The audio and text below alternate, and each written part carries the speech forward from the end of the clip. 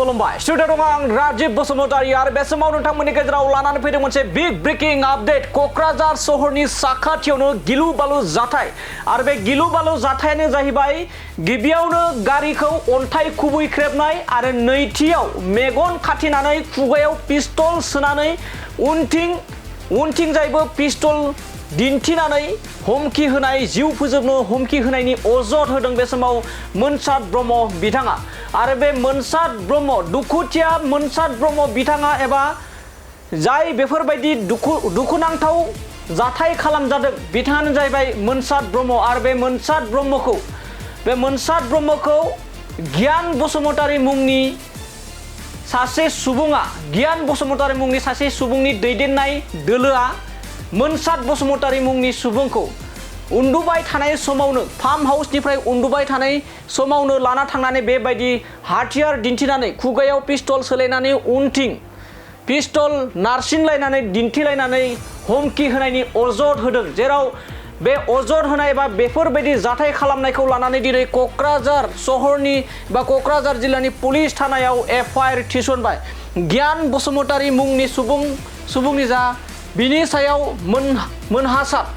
गोरोन्थि जादों मोनहासाद बसुमतारी मुंनि सासे सुबुङा दिनै गियान बसुमतारी मुंनि सायाव एफआइआर थिसनबाय आरो बिथाङा एफआइआराव ओरैबायदि लिरदों दि गियान बसुमतारीनि दैदेननाय बे गियान बसुमतारीनि दैदेननायनि हानजायानो गिलु बालु पिस्तल दिन्थिलायनानै खुगायाव पिस्तल सोलायनानै उनथिं पिस्तल थुथेंलायनानै बेबायदि जिउखौ जिउ फोजोबनायनि हुमखि होदों होननानै आरो 2-3 घन्टा किडनेप खालामनानै मेगन खाथेनानै दाबसेनिफ्राय फार्म हाउसनिफ्राय गुबुन जायगायाव लांनानै गुलि बुग्लिनायनि अजद होनानै एबा अजद होदों आरो बे अजद बायदियैनो दिनै क'क्राझारनि पुलिस थानायाव एफआइआर होबाय आरो बे जाथाया जादोंमोन थांनाय 3 जुन खालारावनो बे सानथाम गेप थानायनि जाहोना जाबाय गुलि बुजानायनि जाहोनाव मोनहासाद ब्रह्म मुंनि सुबुङा बिसनायावनो एबा देहा फाहामसालियावनो गोग्लैना थादोंमोन आरो दिनै क'क्राझार सहराव थानाय पुलिस थानायाव एफआइआर होनो फैबाय आरो एफआइआर एबा मोनहासाद ब्रह्म बिथाङा अजद होनाय बायदिब्ला बे गियान बसुमतारी दासिमबो मिथिना मोनाखै बे गियान बसुमतारीया बहा थायो बहानि माबे जिल्लानि आरो माब्रैहाय बिथांनि आखायाव बे जा गियान बसुमतारीनि आखायाव माब्रैहाय थारैनो मोनहासाद बसुमतारी बिथाङा जा अजद होदों बे बेसेबां सैथो नंगौना नङा बेखौ फैबाय थानाय समाव आसाम पुलिसा जाबायदि नायबिजिरगोन एफआइआर होनायनि उनाव बेनि उनावसो सैथोखौ मिथिगोन थारैनो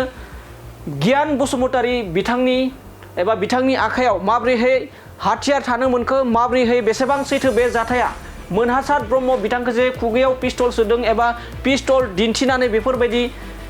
गिख्रंथाव थासारि खालामदों बे बेसेबां सैथो बेखौ फैबाय थानाय समाव मोनथिसिगोन।